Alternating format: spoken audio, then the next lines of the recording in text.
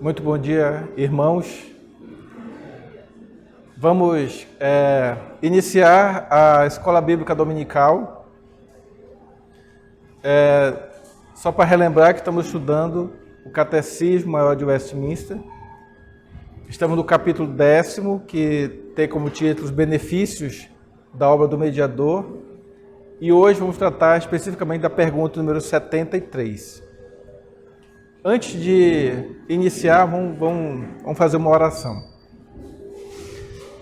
Oremos então. Senhor, nosso Deus, nosso eterno Pai, louvado seja o Teu nome. Queremos, ó Pai, te pedir que Tu venhas abençoar esse momento em que temos esse prazer, esse privilégio de podermos aprender mais e mais de Ti e da Tua palavra, que é viva e eficaz. Te pedimos, ó Pai, que possamos, ó Pai, sairmos daqui verdadeiramente conhecedores da Tua palavra, mas que possamos, ó Pai, pôr em prática, que a Tua palavra transforme nossos corações e nossas mentes.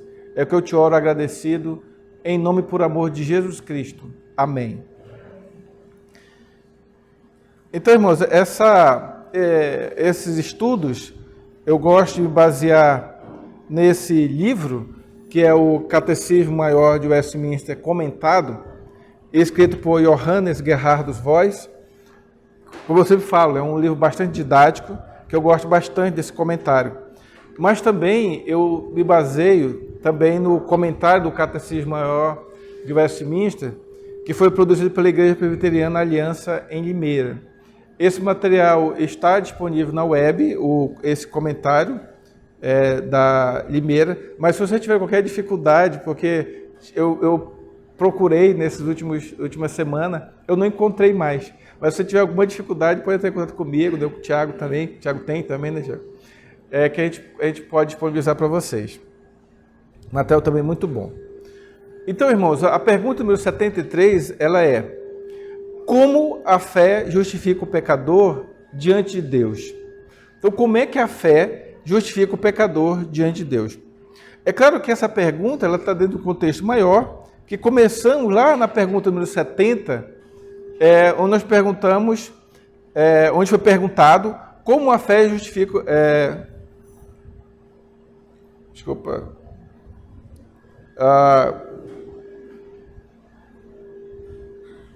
A pergunta está ligeiramente errada, mas o que é a justificação, né? Justificação é um ato da livre graça de Deus para com pecadores, no qual Ele os perdoa. Ele faz três coisas: Ele perdoa, Ele aceita e nos considera justas diante dEle. Não por qualquer coisa nele feitas, né, ou operada por eles, mas unicamente pela perfeita obediência e plena satisfação de Cristo. Isso nos foi imputado por Deus e recebidas por nós, recebidas por Deus somente pela fé. Então, essa aí é a questão da justificação. E pergunta 71, ela é: como a justificação é um ato da livre graça de Deus? Como vimos aqui na pergunta o que é a justificação, vimos que a justificação é um ato da livre graça de Deus. Mas aí a pergunta vai mais a fundo: como que a justificação é um ato da livre graça de Deus? Resposta: ainda que Cristo, pela sua obediência, teve a vida de obediência e morreu, através dessa obediência e morte, Ele prestou uma verdadeira satisfação real e plena à justiça de Deus a favor daqueles que são justificados, é de livre graça para eles. Então, assim, apesar da obediência e morte, mas a justificação ela se dá através somente da livre graça de Deus. Então, Deus ele aceita a satisfação de um fiador, o qual podia ser exigida deles, só que ele, além de exigir esse fiador, ele já proveu esse mesmo fiador, ou seja, seu único filho, e a ele imputando-lhes, né, para nós a justiça desse fiador e não exigindo de nós nada para a nossa justificação, senão a fé, que também é um dom de Deus. Okay? Então, a pergunta 72, que foi a pergunta da semana passada, que é a fé justificadora? Ora, a fé justificadora é aquela fé que salva. Sabemos que tem diversos tipos de fé. Você pode crer em diversas coisas, mas essa fé justificadora é aquela fé que exatamente nos salva, que é operada por duas coisas, pelo Espírito Santo e também pela palavra, porque você não pode ter uma coisa só, tem que ter sempre as duas. Então, é o Espírito Santo que opera em nós através da palavra. E ele opera no nosso coração, nós somos pecadores, e sendo por ambos, ou seja, pela palavra e pelo Espírito Santo, nós somos convencidos que somos pecadores, que somos miseráveis e da nossa total incapacidade de restaurarmos ao estado de perfeição que ocorreu lá no início com Adão e Eva. E além do mais, nós também aceitamos a verdade da promessa do Evangelho, mas também recebemos a Cristo e confiamos nele e na sua justiça. Então tem que ter aqui uma confiança em Cristo e também na justiça de Cristo. E essa justiça nos são oferecidos no Evangelho para perdão dos nossos pecados e também para que a pessoa de Cristo seja por nós aceita e nós sejamos reputados justos diante de Deus para a salvação. Então, isso aí foi o que é a fé justificadora. Então, a pergunta de hoje, que vamos tratar especificamente hoje, é como que a fé justifica o pecador diante de Deus? Então, os teólogos lá de Westminster chegaram à conclusão de que a melhor resposta a essa pergunta é: a fé, ela justifica o pecador diante de Deus não por causa das outras graças que sempre a acompanham, nem por causa das boas obras, que são frutos dela, nem como se fosse a graça da fé, ou qualquer ato dela, que lhe é imputado para a justificação, mas unicamente porque a fé é um instrumento pelo qual o pecador recebe e aplica a si, Cristo e a sua justiça. Então, assim, o que essa resposta nos salta aos olhos?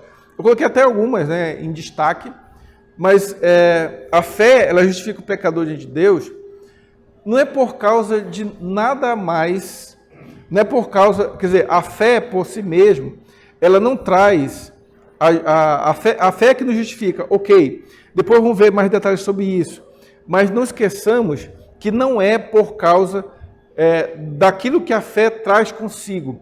Por exemplo, a fé, ela traz consigo as boas obras, mas não é por causa das boas obras que nós somos justificados.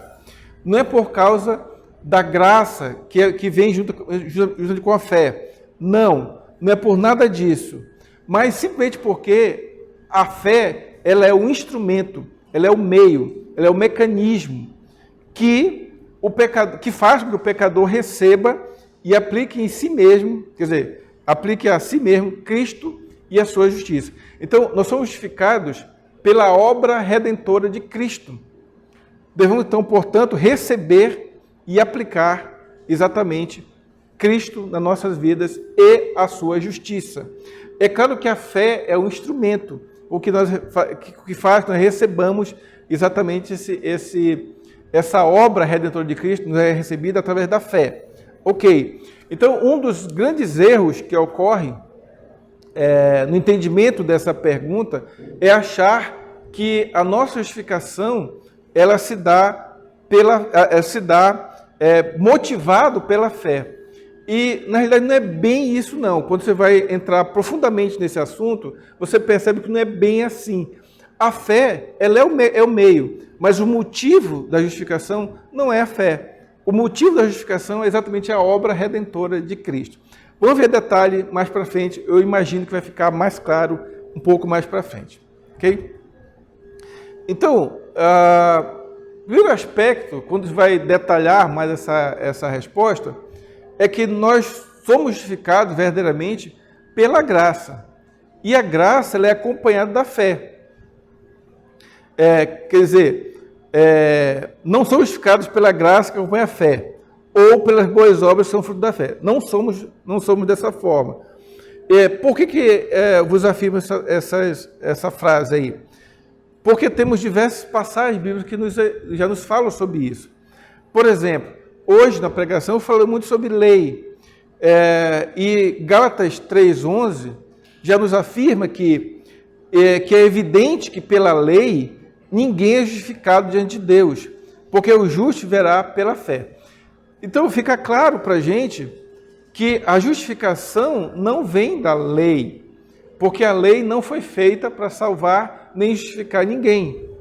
A lei, ela é santa, ela é perfeita, claro, eu sei que ela é. Vem de Deus, mas a lei, ela nos serve para mostrar que nós somos verdadeiramente pecadores, porque ninguém daqui é capaz de cumprir a lei toda, e todos os dias da sua vida, não tem como. É por isso que aqui Gálatas 3,11 nos afirma que pela lei ninguém é justificado diante de Deus, porque o justo verá através da fé. Tá? Então isso aqui é importante nós sabermos que não somos justificados pela graça que vem da fé, também não somos justificados pelas boas obras. Por exemplo, a outra passagem, Romanos 13:28, Jesus afirma essa segunda parte aí, quando diz: concluímos, pois, que o homem é justificado pela fé, independentemente das obras da lei. Romanos 3:28. Ok? Então, mais uma vez, fica claro que nós não somos justificados pela graça que acompanha a fé. Não. Tampouco pelas boas obras, que também são fruto da fé. Também não. Não estou querendo dizer que não devemos fazer boas obras, porque lá Tiago ele nos questiona. Me mostra, né, com tuas obras, não, me mostra a tua fé sem obras, que eu com as minhas obras vou te mostrar a minha fé. Ok? Porque a fé, a obra, ela é fruto da fé. E pelo que o pastor falou, se você pratica boas obras fora do contexto da vontade de Deus, você está pecando, né? Para ele não é válido. Então, o primeiro aspecto é esse aí. O segundo aspecto é que a fé em si mesma, ela não é imputada ao crente como a base para a sua justificação. Não é isso.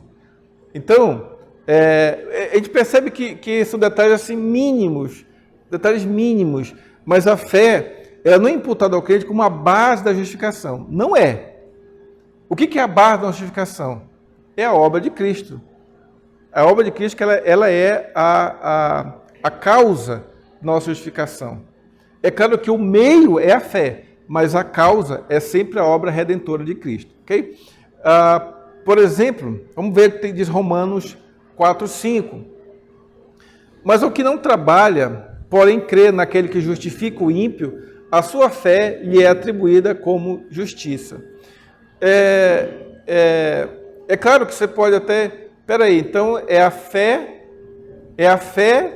que é atribuída ao crente, e essa fé é que gera a justiça. Não esqueçamos que tem escrito antes, porém, crê naquele que justifica o ímpio. Então, o destaque aqui é crer naquele que justifica o ímpio. É crer em Cristo, porque é Cristo, através da sua obra, que nos justifica. Depois que vem que a fé nos é atribuída. Depois vem a atribuição da fé. Mas veja que antes eu tenho que crer naquele que justifica o ímpio. Tá? Então, é muito importante sabermos que a justificação ela se dá pela obra redentora de Cristo. Mais uma vez, a fé ela é importante, porque é o meio com que acessamos a tudo isso. Outro aspecto, que na justificação, a fé ela é simplesmente um instrumento pelo qual o crente entra em contato com a justiça de Cristo para a salvação. Então, aquilo que eu já havia falado anteriormente, Cristo fez a sua obra redentora, e como é que isso chega até nós? Como é que Deus nos faz, nos dá acesso a essa obra redentora, essa justiça que Deus fez, a essa vida de obediência de Cristo? através da fé. Que a passagem que temos como base, uma delas é João 1,12, que diz: mas a todos quantos o receberam, deu-lhes o poder de serem feitos filhos de Deus, a saber, aos que creem no seu nome. Então, o enfoque aqui dessa passagem é exatamente aquele que crê no nome de Cristo. É claro que essa passagem, ela está mais do contexto da pergunta que vem em seguida, pergunta número 74, que nos questiona o que é adoção. Nós somos adotados por Deus. Então, essa vai ser a base para a adoção. Mas aqui o contexto dessa passagem está mais para aqueles que creem no nome de Cristo. Mas também tem outra passagem, que é Filipenses 3:9, que nos fala: e ser achado nele, não tendo justiça própria, que procede de lei, senão a que é mediante a fé em Cristo. A justiça que procede de Deus, baseada na fé. Então, nessa passagem, o que está nos exortando aqui é que, primeiro, nós não temos nossa justiça própria, porque nós não conseguimos cumprir a lei. Ninguém consegue cumprir a lei. Então, se você não consegue cumprir a lei, como é que você quer ter justiça própria? Impossível. Mas, como é que nós somos justos hoje? Mediante a fé em Jesus Cristo, que cumpriu toda a lei, que foi obediente durante toda a sua vida. E essa justiça que procede de Deus é baseada na fé que nós demonstramos a Cristo. Certo? Se alguém tiver alguma pergunta, tá, pode interromper. Ok? Pode interromper. Se alguém quiser fazer algum acréscimo ao que eu tenho falado, também pode fazer, ok? E tem uma terceira passagem bíblica, ainda nesse contexto, que a fé ela é realmente um instrumento, que nos diz lá em Gálatas 2,16, sabendo, contudo, que o homem não é justificado por obras da lei, e sim mediante a fé em Cristo Jesus. Também temos crido em Cristo Jesus, para que fôssemos justificados pela fé em Cristo, e não por obras da lei, pois por obras da lei ninguém será justificado. Então, se alguém pensa, como foi falado aqui também na pregação, se alguém pensa que vai conseguir ser justificado porque eu não bebo, eu não fumo, eu sou santo diante de Deus, está redondamente enganado, porque a justificação nunca será por obras de lei, mas será somente pela fé em Jesus Cristo. Ok? Pergunto se há alguma dúvida, alguém tem algum questionamento aqui, alguém quer fazer algum acréscimo em cima do que eu falei? Eliandro.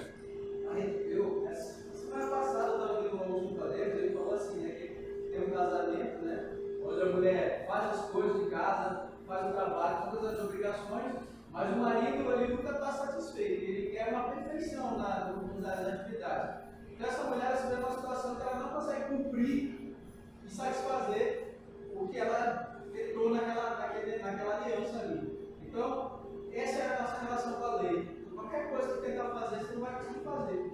E só há uma forma, segundo Nicodemus, de sair desse casamento, que seria a morte de alguém, ou do marido, ou da esposa. No caso, como o marido ele não vai morrer, ele vai ser um cara com muita saúde, né?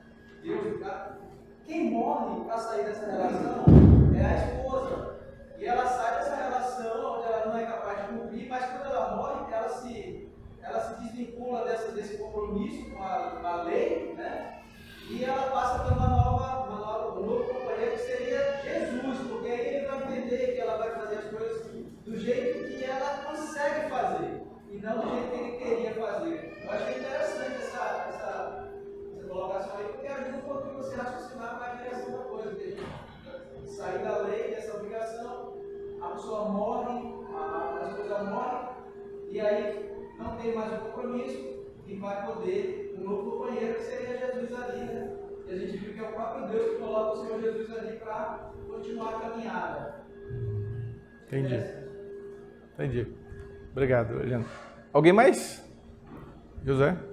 Lucas 10, 25 a 28. Lucas 10, de 25 A 28. 28. Que diz? Diz assim, em relação à lei. Sim. Eis que certo homem, intérprete da lei, se levantou com o intuito de pôr Jesus à prova e disse: Mestre, que farei para herdar o eterno? Então Jesus respondeu: O que está escrito na lei? Como interpreta? A isto ele respondeu: Amarás o Senhor teu Deus de todo o coração, de toda a tua alma e de toda a tua força, e de todo o teu entendimento, e amarás o teu próximo como a ti mesmo. Então Jesus lhe disse: Respondeste corretamente, faze isso e viverás. Exato. Exatamente, né? Ele conhecia a lei, mas aí Cristo falou para ele: então cumpra a lei que você vai viver. Simples assim. Ele conseguiu cumprir? Com certeza não consegue. Muito bem. André, vai falar alguma coisa também? Em Romanos também diz, né? Romanos 5, os que é justificados por meio da fé, justificados por meio Isso. por meio do nosso Senhor Jesus Cristo. Exatamente. Aí fala mesmo aí, justificação da fé, que é a justiça. Muito bem. Muito bem. Eu entendo também esse texto aqui, que, por exemplo, a lei, ora ela condena, ora ela faz bem. Por exemplo, quando ela diz que somos pecadores, faz bem, porque nós vamos estar cientes que estamos nessa condição. E que precisa procurar de alguma forma, ou esperar de alguma forma, para ter bem humano, que seja suprida essa necessidade da lei, que é a justiça de Deus. Então eu entendo que o que Jesus disse sobre a lei é que se de fato observarmos a lei, ela vai indicar para alguém. Faz isso, viverá. Se ele de fato observar a lei vai levar ele para algum lugar. Vai indicar alguém, vai dar como nós sabemos que é Jesus. Isso. Exatamente. Muito bem. Muito bem. Vamos ver algumas questões aqui, chamo de questões doutrinárias, para a gente reforçar simplesmente aquilo que nós temos aprendido. Primeira coisa que a fé é um dom pré-ordenado. Por que eu falo isso? Porque Deus, Ele nos equipa, todos os eleitos, não é pela presciência de Deus. Isso é muito importante. Mas Ele fez isso antes que o mundo existisse. Antes que eu fizesse o bem ou o mal, Deus já tinha me eleito, né? E já tinha pré-ordenado que um dia Ele ia derramar sobre mim o dom da fé. Eu falo sobre mim, mas é claro, eu estou falando também sobre vocês também, ok? Então vai prover todos os instrumentos para a aceitação de Jesus Cristo. É como se, né, fazendo uma ilustração, é como se eu tivesse com escamas nos olhos e Deus vai e retira as escamas dos meus olhos e eu passo a enxergar. E quando eu passo a enxergar, eu vejo, como o André gosta de falar, muito lamaçal, né? É a tua urgência. Foi tu? Ah, sim, Rafael. Gosta de falar sobre lamaçal. Percebe que está no lamaçal. E aí, olha para Cristo assim, me salva. Pronto, aí Cristo vai lá e te salva. É claro que é só uma ilustração. É claro que tudo já estava predeterminado por Deus. Ok? Então, essa fé, portanto, é um dom de Deus, é uma dádiva de Deus, só que já pré-ordenado antes da fundação do mundo. Lá no início, lá na eternidade. Como a fé é algo que não vem de mim, é um dom de Deus, eu não tenho motivo nenhum para me vangloriar do fato de eu ser um crente no Senhor Jesus. Aliás, muito pelo contrário, eu devo ser simplesmente grato a Ele por Ele ter me escolhido antes da fundação do mundo. Como é um dom, não tem nada que eu tenha feito que venha merecer esse dom. É um presente que me foi dado de graça. Não depende da minha capacidade, do meu esforço, da minha consagração ou da minha disposição. Simplesmente Deus decidiu que ia nos salvar, ia derramar sobre nós a fé e Ele concedeu isso. É claro que eu não estou dizendo que você não deva exercer os seus dons, você não deva buscar se capacitar, não deva buscar se esforçar, não deva buscar consagração, não estou dizendo nada disso. O que eu estou querendo dizer é que não foi por causa disso que você foi salvo. Mas muitas vezes você é salvo para fazer essa consagração, para buscar essa capacitação, para se esforçar, para usar os seus dons. Okay? Então, que isso fique bem claro, não é pela, mas para. E a fé não tem níveis, não tem nível de assim, graduação, não tem assim, sei lá, como tem nas escolas, né? Fundamental, médio, graduação, mestrado, doutorado, não tem nada disso. Não existe essa graduação, porque ela é concedida a todos nós que somos eleitos de Deus, por isso que não existe aquela pessoa que é mais ou menos justificado. Ou é justificado perante Deus, ou não é justificado. Ou a pessoa é regenerada, ou seja, nasceu de novo, ou não nasceu de novo. Não existe graduação, não existe níveis com relação a essa fé. E, portanto, né, o dom da fé, aquela fé justificadora, aquela fé que salva, como vimos, ela é único e igual para todos os escolhidos de Deus. Sem qualquer graduação, sem nada que venha dizer grau de qualidade, grau de intensidade. A tua fé, ela é mais intensa, essa fé é que salva, tá? Fé é mais intensa do que em uns que outros. Não existe isso. Ou ela existe ou ela não existe. É simples assim. A fé é que salva. Tá. Outra base doutrinária, precisamos a estudar aqui, aprendermos aqui. Opa! Liza. Você disse que comentários que não tem uma diferença de intensidade no dom da fé justificadora. Mas então vamos explicar Paulo, que diz que tem os fracos na fé e os fortes na fé.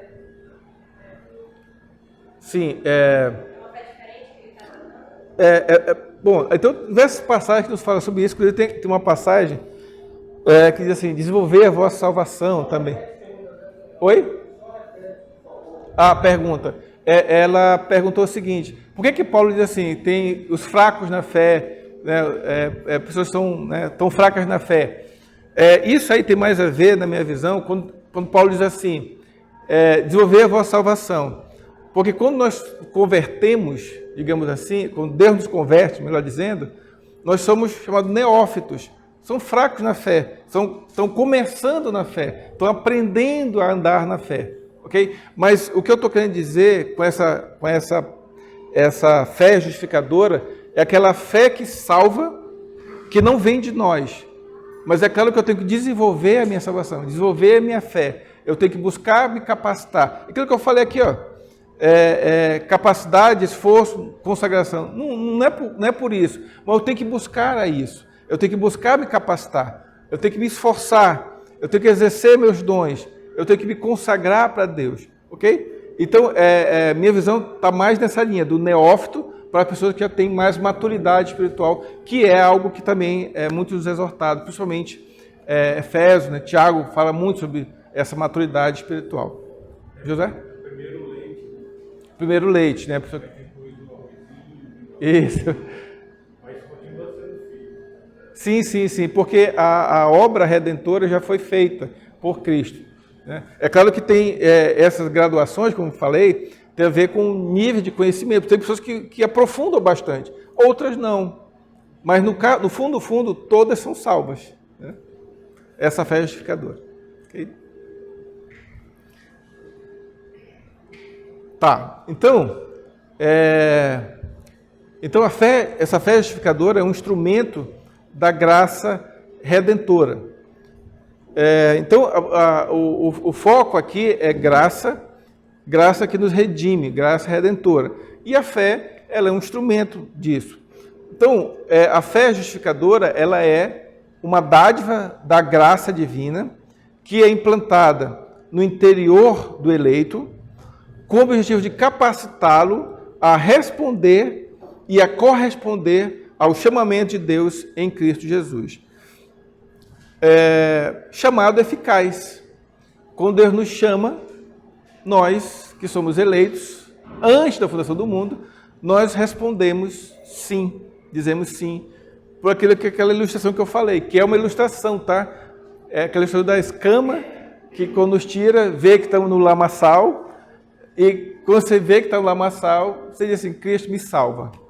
É exatamente isso. Deus nos chama, e nós respondemos sempre sim a Ele, porque o chamado de Deus sempre é eficaz, porque Ele nos elegeu para isso. E a fé justificadora é aquele dom, ou aqui como está escrito, dádiva da graça divina. Esse é o primeiro aspecto. Mas também tem outro aspecto. Eu não quero ser mal compreendido, como já fui várias vezes mal compreendido nas minhas falas. Talvez porque eu não tenha falado de forma clara. Mas olha só, esse dom, quando ele age no homem, é como se fosse emergente da sua própria consciência, procedente de sua racionalidade. Então veja, quando Deus me abre os olhos, veja a ilustração, Deus abriu os olhos. Quem foi que disse assim, Cristo me salva? Fui eu. Fui eu que falei. Essa é a graça de Deus agindo em mim.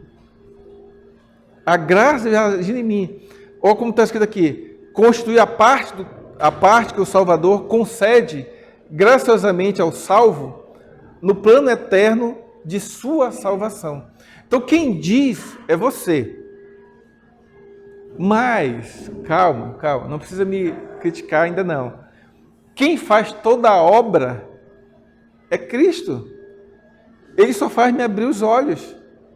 Só, né? E quando eu digo, estou perdido, Senhor. Senhor, me salva. Mas ele já sabia, não é porque ele já sabia, né? Já tinha pré-ordenado, já fazia parte dos planos de Deus, essa salvação antes da fundação do mundo. Então, é muito importante nós saibamos aqui, ó, é um dom, se é um dom, não é o que eu produzi, a fé é algo que me foi dada de graça para mim, né? Mas olha só, como se fosse emergente da minha própria consciência. Não esqueça que a palavra aqui está escrito como se fosse. Não estou dizendo que é, mas é como se fosse emergente de sua própria consciência. André? Eu não... Você está falando da questão do cego, né? Sim, do cego. É como se ele não buscasse Jesus. Ele foi ao encontro, né? Ele não, quando Jesus foi curar, ele não falou, não tira. Mas ele parece, na sua consciência, ele foi levado até lá para poder voltar a ver. É exatamente aquelas duas passagens que eu já falei aqui uma vez. A Bíblia nos diz, vinde a mim, todos vós que estáis cansados e sobrecarregados, e eu vos aliviarei. Aí quando você chega diante de Cristo, ele diz assim para mim, não foste vós que escolhestes a mim, eu que vos escolhi, para que vades e deis fruto. Eu lembro de uma Mônica, né? Mônica chegou a falar que tem uma sala que você entra, escrito, vinde a mim. Aí quando você entra na sala, você olha para cima e vê assim, não foste vós que escolhestes a mim, eu que vos escolhi. Então é exatamente a mesma coisa. Só para deixar claro para a gente, tem uma doutrina que ela é muito difícil de você entender. É fácil você entender de forma... Por exemplo, é a doutrina da soberania de Deus e da responsabilidade do homem. Eu consigo entender de forma clara quando analiso elas de forma isolada. Eu consigo entender que Deus é soberano. Todos conseguem entender isso. Deus é soberano. Todos conseguem entender que o homem é responsável pelos seus atos, ou não?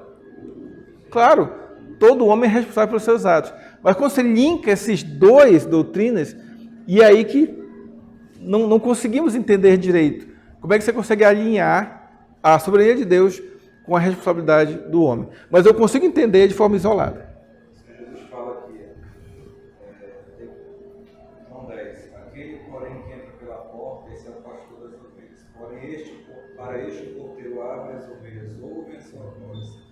Ele chama pelo nome as suas próprias ovelhas e as conduz para fora. Depois de fazer sair todas as que lhe pertencem, vai adiante delas. Elas o seguem porque eles reconhecem a voz. Tem ele chamando e elas seguindo. Tudo junto. Tem que separar essas coisas. Exatamente. As duas doutrinas, né? Paulo, né? Paulo. Sobre esse item final que ele falou, sobre a questão da racionalidade. Lá no Éden, o homem, Deus criou o homem perfeito. Sim. O homem e a mulher perfeitos à imagem de Deus. Eram santos e irrepreensíveis. Andavam com Deus e Deus falava com eles ao entardecer. Íntima comunhão, íntima relação com Deus, como nós já sabemos disso. A Bíblia fala sobre isso, expressa sobre isso. Este homem era perfeito. Ele tinha essa consciência perfeita de não pecar, porque Deus já tinha dito para ele: não faças isso, faças assim e serás abençoado. Mas se fizeres desta forma, serás condenado, e etc. Então, o homem perfeito na sua consciência que Deus lhe deu, e aí entra a responsabilidade, porque a responsabilidade do homem é ele fazer aquilo que Deus ordena, que Deus manda, e não deixe pensar, não ir para a direita nem para a esquerda. É nesse sentido. E aí o homem vai lá e peca. Mas ele sabia que não poderia pecar. Aquele homem sabia que não poderia comer do fruto da árvore, porque Deus tinha proibido. Sim. E aquela obediência, aquela ordem de Deus, e a obediência àquela ordem, era como se fosse o homem adorando a Deus. Eu vou adorar a Deus, obedecendo a Ele, não fazendo isso. O homem vai lá e peca. Ele peca, ele decai da graça e ele perde essa capacidade. Quando, através daquela desobediência, entra o pecado no mundo, e o pecado entra e causa todo aquele impacto cósmico. Toda a terra sofre com o pecado. E ali o homem perde a sua consciência os doutrinadores falam da depravação total. O homem fica com o coração cauterizado, mente cauterizada a tal ponto que ele não consegue mais compreender as coisas de Deus. Ele decaiu da graça. E aí entra a questão da regeneração. Posteriormente, Deus vem falando na história da redenção como ele vai intervir para restaurar esse homem. Isso, logicamente, lá na eternidade de Deus, na eternidade pretérita, Deus já estabeleceu na santíssima Trindade tudo isso para a glória dele. Nós, como seres humanos regenerados por Deus, nós nos humilhamos em algum lugar. Aí o homem ainda pensa assim: mas como que ele ainda questionar a Deus? Na verdade, a gente deveria glorificar o Senhor, obrigado por isso. Sim. Obrigado por o Senhor ter graciosamente na eternidade, apesar do meu pecado, o Senhor ter estabelecido, ter agido com misericórdia a meu favor, porque eu não mereço. Não tinha condições pela minha vontade de reconhecer este como Salvador, como meu único Redentor, como um pecador, porque o homem decaído, ele se acha. O homem decaído, se você for falar que ele precisa de salvação, mas eu não preciso, eu faço coisas boas. Eu pago meu imposto, eu pago meu dízimo, né? Contribuo, respeito a minha família, dou cesta básica. O homem é assim, na sua própria justiça, não precisa nada. Aí quando esse homem é alcançado pela graça de Deus, através da pregação genuína, o Espírito Santo vivifica no homem essa capacidade. Aí ele entende: Senhor, estava perdido. Exato. Não quer dizer que este homem, por si próprio, ele caiu em si, por ele mesmo, mas Deus lhe capacitou para isso. Aí, é exatamente isso. Porque Deus restaura aquela condição original lá do Éden. Exatamente. O homem sabia dessa consciência. Aí dentro da responsabilidade, soberania e da responsabilidade, eu também acho difícil, né? Mas eu acho que a questão do sim o eleito de Deus, o salvo do Senhor, compreendeu o seguinte: a responsabilidade do homem é fazer aquilo que Deus manda. Não é ser um robô, mas em adoração ao Senhor, em minha ação, eu vou fazer porque é o Senhor que pede, é o Senhor que ordena, é Deus que manda, eu faço para a glória de Deus. Por isso que diz, não matarás, não roubarás, não furtarás, não farás isso, faça isso, viverás, faça isso, será bem, se fizer isso, será amaldiçoado. Então, aí a minha responsabilidade como eleito do Senhor, eleito do Senhor pela graça de Deus, dentro desse mandato cultural, social, espiritual, de conhecimento da igreja do Senhor, dentro da doutrina reformada, principalmente, presbiteriana, é que eu vou louvar a Deus, saber que Ele é soberano, confiar nessa soberania, descansar nessa soberania, mas também eu sou responsável para adorá-lo, honrar o nome do Senhor, orar, honrar a Deus fazendo boas obras, não para o meu mérito. Exato. Nesse sentido, mas a restauração na terra, porque Deus restaura. Na regeneração, Deus restaura tudo isso. Olha, se eu fizer. Porque o pecador, o decaído da graça, ele não está nem aí. Ele peca, mente, faz tudo que não presta, ele não tem, digamos, peso na consciência. Exato. O regenerado, Deus, ele não peca, Deus perdoa. Eu entendi, Paulo. Então, isso só o Senhor pode fazer isso. A tua colocação, assim, de falar que Deus restaurando, né, aquele lado desde o início, mas só nos esqueçamos, né, que nós continuamos pecando, né? A gente continua pecando. É claro que o pecado não é aquele pecado voluntário. Quando a gente peca, a gente se entristece, né? Se entristece por causa do pecado. Mas é bem na linha do que você fala. A salvação, Isso. a justificação progressiva, essa luta contra o pecado e a carne, ela só vai se encerrar ali. Só na glorificação. Exato. Pronto. Aí por que eu reforço essa ideia de que aquela questão da racionalidade, né, que o Paulo até mencionou ali também? Exatamente porque essa fé ela não é cega. O nosso culto a Deus ele é um culto racional. Não é como um robô, não é como robô, não. Ela se origina da revelação, que é o meio que Deus usa para conferir ao escolhido o conhecimento dos fatos espirituais, ampliando aquilo que pouco do que Paulo falou, o seu sistema cognitivo, a sua inteligência, e redirecionando sua vida segundo os seus próprios propósitos. Perceba que a fé não é algo robótico, não é algo cego, não é algo irracional. Pelo contrário, Deus usa essa fé para nos dar abertura, o conhecimento espiritual, uma vez que nós estávamos cegos, hoje nós temos conhecimento espiritual, para ampliar até a mesma nossa inteligência. Esse é importantíssimo. E ainda com relação a esse ponto, o Espírito Santo ele é o agente da redenção que foi conquistado por Jesus Cristo. Então, Cristo ele gerou, né? Ele foi ele quem nos regenerou, claro, através da sua obra, ok. Mas quem aplica em nós a obra de Cristo é o Espírito Santo de Deus. Ele nos desperta a fé justificadora, que a fé não nos justifica, tá?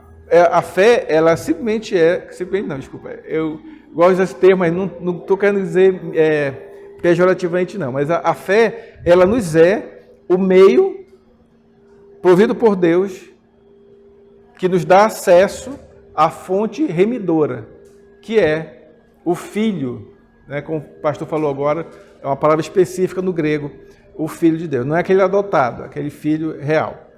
Ok? Então, e quais são os efeitos da fé justificadora em nossas vidas? Em primeiro lugar, nos dá uma consciência da excelsa grandeza e santidade de Deus. E dá isso por um lado. Por outro lado, da nossa pecaminosidade. Nós somos conscientes que somos miseráveis pecadores. Então, por isso nós nos prostramos diante do Salvador, movido por um duplo impulso. Primeiro, adorar a esse Deus grandioso e santo, e também confissão, que é confessar os nossos pecados, porque nós somos miseráveis pecadores. Então, esse é o primeiro aspecto. O segundo aspecto é uma paz que excede todo o entendimento. Porque essa paz, ela não é origem carnal, mas é uma paz de origem espiritual. É por isso que você vê pessoas que passando por tribulações, passando por dificuldades, mas que têm uma paz, que você não consegue explicar como é que surgiu essa paz. Exatamente por isso, nós não vivemos atemorizados, temerosos, apreensivos, porque nós sabemos de onde nós viemos e para onde nós vamos. Nós sabemos que a morte física, ela vai ocorrer. Mas dia menos dia vamos sofrer desse mal, né? Que foi o mal causado pelo pecado, mas vamos sofrer desse mal, que não é ruim, a morte, não é ruim a morte.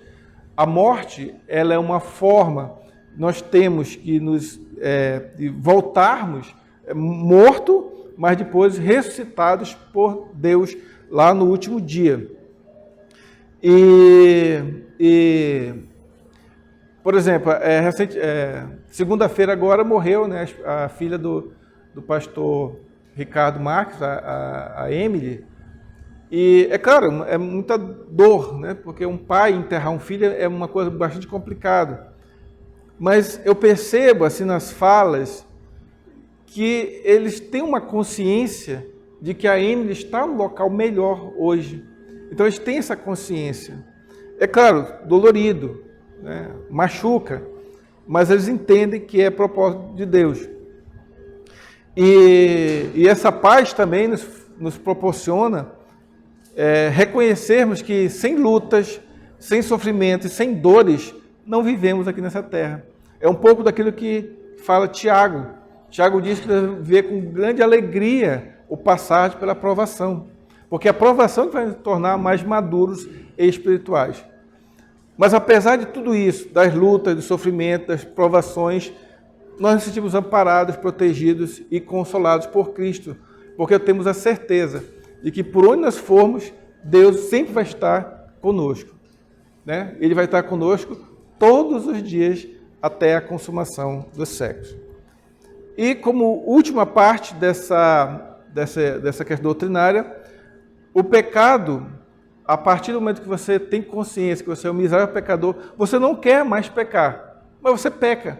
E quando você peca, isso dói em você. Você tem certeza de que não vai se livrar da presença do pecado enquanto aqui na terra. É claro que isso nos incomoda dia após dia. Nós sermos pecadores, isso nos incomoda. Mas o remédio do perdão e da graça é o que nos mantém vivos espiritualmente e sob controle.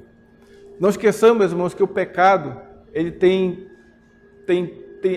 você se livrar do pecado, né? Nós nos livrarmos do pecado, ele passa por 3 estágios. O primeiro é a culpa do pecado. A culpa do pecado, o pastor chegou a falar um pouco sobre isso. Ela nos é expurgado quando nós somos justificados perante Deus. Quando Deus nos justifica, nós nos livramos da culpa do pecado. Mas não esqueçamos que ainda vivemos aqui nesse mundo, ainda vivemos pecando ainda. Então tem um outro estágio que é retirado através da santificação, que é aquela busca de você ir eliminando ou ir tentando eliminar o poder do pecado sobre cada um de nós. Então a santificação é uma busca de eliminar o poder do pecado. Mas o terceiro estágio, que é a presença do pecado, só vai ser eliminado quando nós formos glorificados. Que aí não tem mais jeito de nós pecarmos mais. É assim que diz a palavra. Nós não vamos mais ser, quando o corpo glorificado, alvos da presença do pecado. Não mais. Então isso aqui é importante. Irmãos, para última parte dessa aula, algumas perguntas que faz sentido aqui, fazer algumas perguntas. Simples a primeira pergunta. A fé é o meio ou a base ou ambos da nossa justificação? A fé é o meio. Não são ambos, não? A fé não é a base, não? Não. Né? A fé é o meio. Né? Somos justificados mediante a fé e não por causa da fé. É importante. É sutil, né? Sutil. Mas muito importante sabermos essa aí. E qual é o único fundamento da nossa justificação? Cheguei a falar várias vezes no início. O que fundamenta a nossa justificação? A morte de Cristo ou a obra redentora de Cristo. Muito bem. Que está expresso aqui. Tá certo? E tem a ver com a expiação, que é o pagamento, né? Resgate mediante pagamento. E o cumprimento da lei, né, que Cristo fez. E é claro que no final diz que o fundamento da nossa salvação é a obra redentora, sim, de Cristo. A Bíblia considera a fé como uma boa obra do crente, sim ou não? A fé é uma boa obra do crente? Pergunta interessante. É ou não é uma boa obra do crente? É um dom de Deus, muito bem. Muito bem. Exatamente aqui. Não, né? A fé é o ato do crente crer. Tá. Mas é confiar em Cristo. Ele crê em Cristo e confia em Cristo como seu Salvador. E isso não é uma obra. Porque se fosse uma obra, eu teria méritos diante de Deus. Eu poderia chegar diante de Deus e dizer, eu tive fé e eu estou aqui pleiteando aqui. Eu poderia fazer isso, só que não. Efésios 2, 8, 9 diz que é pela graça somos salvos, mediante a fé. Isso é um dom de Deus. Não de obras, para que ninguém se glorie. Tem um ensino que diz o seguinte, como nós somos pecadores, né, não temos nenhuma justiça própria. Ok. Aí, por causa disso, Deus, de forma graciosa, baixa o nível de suas exigências e aceita a fé no lugar da justiça. Isso é verdade ou não? Deus não baixou as suas exigências? Não. O sarrafo é lá em cima. O sarrafo é lá no alto. Qual foi o homem que conseguiu ultrapassar esse sarrafo? Jesus Cristo conseguiu ultrapassar esse sarrafo. Então, mesmo, esse ensino ele é muito enganoso, porque contraria todos os ensinamentos de Romanos e Gálatas. Como foi falado aqui, cartas são muito semelhantes no aspecto de justificação. Então, Romanos 5, né, de 12 a 21, é dito claramente que a nossa justiça é totalmente fundamentada na justiça de Cristo. Portanto, Deus jamais aceita nada que seja inferior à perfeita justiça. Só que Ele aceita, graciosamente, a justiça de Cristo em lugar da nossa própria justiça. Vimos uma pergunta anterior, pergunta 72, quando Deus aceita esse fiador. Porque Ele poderia não aceitar. Deus poderia não aceitar a dívida sendo paga por um fiador. Ele poderia não aceitar. E aí, toda a humanidade estava fora, né? Mas não, Deus decidiu que Ele ia salvar alguns e aceitar esse resgate feito por um outro homem, que no caso Jesus Cristo. Olha só, pergunta muito importante. Romanos 4:3, mas também tem uma passagem em Gênesis, né? Que diz o seguinte: Abraão creu em Deus e isto lhe foi imputado para a justiça. Essa passagem não está indicando que a fé é um substituto da justiça, uma vez que está escrito assim, que Abraão creu e isto lhe foi imputado. Isto, o que é isto? Não é a fé? Não é a crença? Como é que você sai dessa enrascada? Primeira pergunta, sim ou não? A fé substitui a justiça? Sim ou não? Não. Ok, agora vem a segunda pergunta. Justifique. Não, ok, justifique. O que essa passagem quer dizer? A imputação aí não é a fé em si, mas é o ato de Abraão ter crido em algo. Isso, quem crê em alguém ou em alguma coisa, né? Então, esse objeto, ele é direto ou indireto? Quem mais de português aí? Quem crê em alguém ou em alguma coisa, ok? Muito bem. E quem que Abraão creu? No Messias. O Messias, que viria lá na frente. Muito bem. Veja que a passagem ela pode nos dar uma... Se você não atentar para os detalhes, você pode incorrer nos erros de interpretação bíblica. E é realmente isso que vocês falaram. O que essa passagem quer dizer é que Abraão creu em Deus mediante essa fé nas promessas de Deus, na perfeita justiça do Messias, que é o Cristo, né? Que é o Messias. E isso é que lhe foi imputado. Perceba que o finalzinho dessa afirmação. Como se fosse a sua própria e pessoal justiça. Como se fosse a sua própria e pessoal justiça. É por isso, vou fazer uma outra ilustração aqui. É como se Deus nos olhasse através de um filtro, ou através de uma lente. Essa lente chama Jesus Cristo.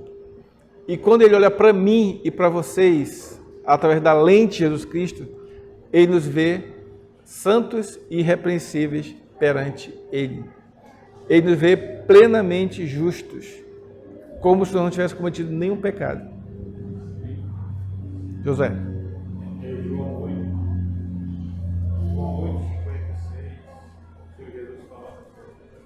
João 8:56. Falando com Deus que quer. Disse: Abraão, vosso pai, alegrou-se ao meu dia, viu e regocijou. Dá para ler novamente? Abraão, vosso pai, alegrou-se por ver o meu dia, viu e regozijou-se.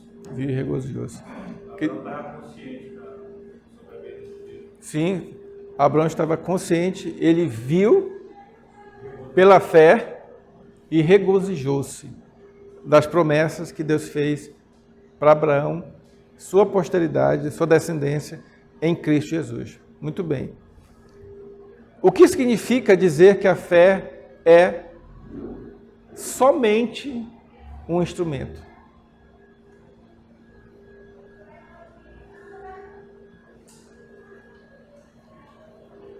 Respondendo, isso quer dizer que toda a justiça e todo o poder envolvido na nossa salvação são total e completamente de Deus. Uma vez que a fé ela é o vínculo, um canal, um meio, um caminho para se receber a graça de Deus. Não esquecendo que a fé é um dom de Deus. É interessante que eu coloquei Efésios 1:20, porque Efésios 1:20 nos diz que o poder necessário para nos salvar é equivalente ao poder necessário para ressuscitar Jesus dentre os mortos. Não esqueçamos que Jesus foi ressurreto dentre os mortos com o corpo glorificado. Imagina o poder necessário para que você faça isso. Pronto, é o mesmo poder para nos salvar. Está lá em Efésios 1:20, depois você dá uma lida lá. Última pergunta. Qual o erro dos protestantes liberais com relação à fé? Então tem um grupo, né, de protestantes, chamados liberais, que acreditam que veem a fé de forma diferente como a Bíblia nos fala. Eles veem a fé como algo que como fosse aquele, como viesse nos salvar do desânimo, vem nos dar entusiasmo, vem nos dar autoconfiança, né, e ao invés de considerar o que a Bíblia nos fala, né? A fé como sendo aquele elo, aquele vínculo, aquele meio, né, que nos faz chegarmos à justiça que Cristo fez por nós. O liberalismo enxerga a fé na perspectiva psicológica e não do ponto de vista teológico. Psicológico significa o quê? Disposição mental. E não do ponto de vista teológico, tem a ver com o canal de expiação e justiça de Cristo. Então esse é o erro dos protestantes, nós devemos nos livrar disso. Não achar que a fé, ela vai produzir em nós, essa fé justificadora, certo? Vai produzir em nós entusiasmo, autoconfiança, nos livrar do desânimo. Não necessariamente, mas aqui o importante é que o foco tem que ser na obra de Cristo, na expiação de Cristo, no cumprimento da lei de Cristo. Resumindo, na obra redentora completa de Cristo.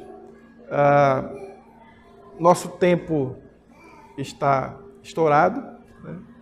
Mas que Deus possa estar nos abençoando e que a sua palavra possa permanecer no nosso coração, nossas mentes, e que venhamos através dela dar muitos frutos. Vamos orar, irmãos. Senhor nosso Deus e Pai, te agradecemos por esse momento de aprendizado que Tu mesmo tem nos ensinado através da Tua palavra, que é viva e eficaz.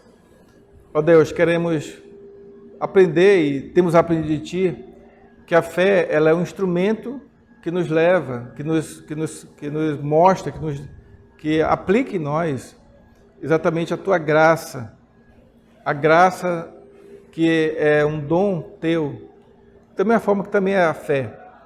Todos são dons Teus, ó Pai.